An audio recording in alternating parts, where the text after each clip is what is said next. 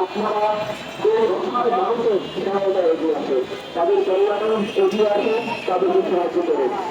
আপনারা মেয়ের কাছে সহায়তা করতে পারেন। আপনারা জানেন সেখানে বিদ্যুৎ নাই, সুতরাং তাদের আলোর সংকট হবে, তাদের খাদ্যের সংকট হবে, তাদের পোশাকের সংকট হবে, আপনারা তা জানেন।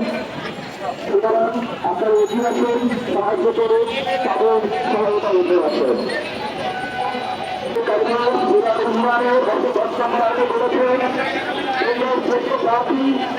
মানুষের কল্যাণের জন্য সৃষ্টি করা হয়েছে।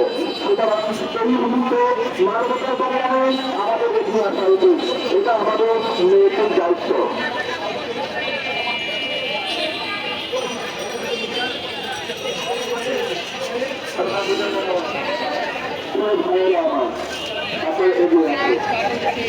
মানুষের কল্যাণে এগিয়ে আসুন, মানুষের হতে পারে একটি মানুষের জীবন বাঁচানোর কারণ। সুতরাং আপনারা এগিয়ে আসুন, মানুষের কল্যাণে এগিয়ে আসুন।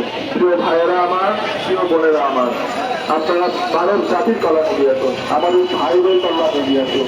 ধর্ম, বর্ণ, মত, দেশ সবকিছু গুরুত্ব রেখে আমাদের বর্তমান সময়ের কাজ হচ্ছে মানুষের কল্যাণে এগিয়ে আসা, বন্যার্থ মানুষের সহায়তা করা। আপনারা জানেন তারা এখন ক্ষুধার্ত, কারণ তাদের সমস্ত বসত ভূমি, ঘর বাড়ি সবকিছু পানির নিচে চলে গেছে। সুতরাং তাদের খাদ্য সংকট হয়েছে।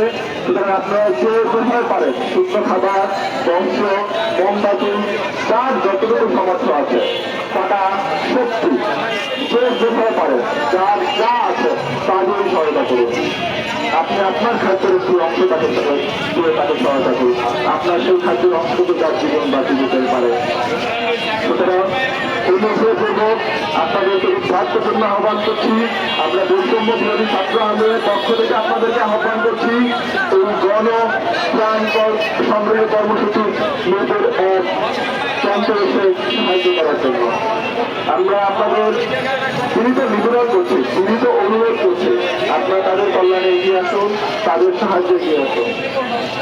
প্রিয় ভাইয়েরা আমার, প্রিয় বোনেরা আমার, প্রিয়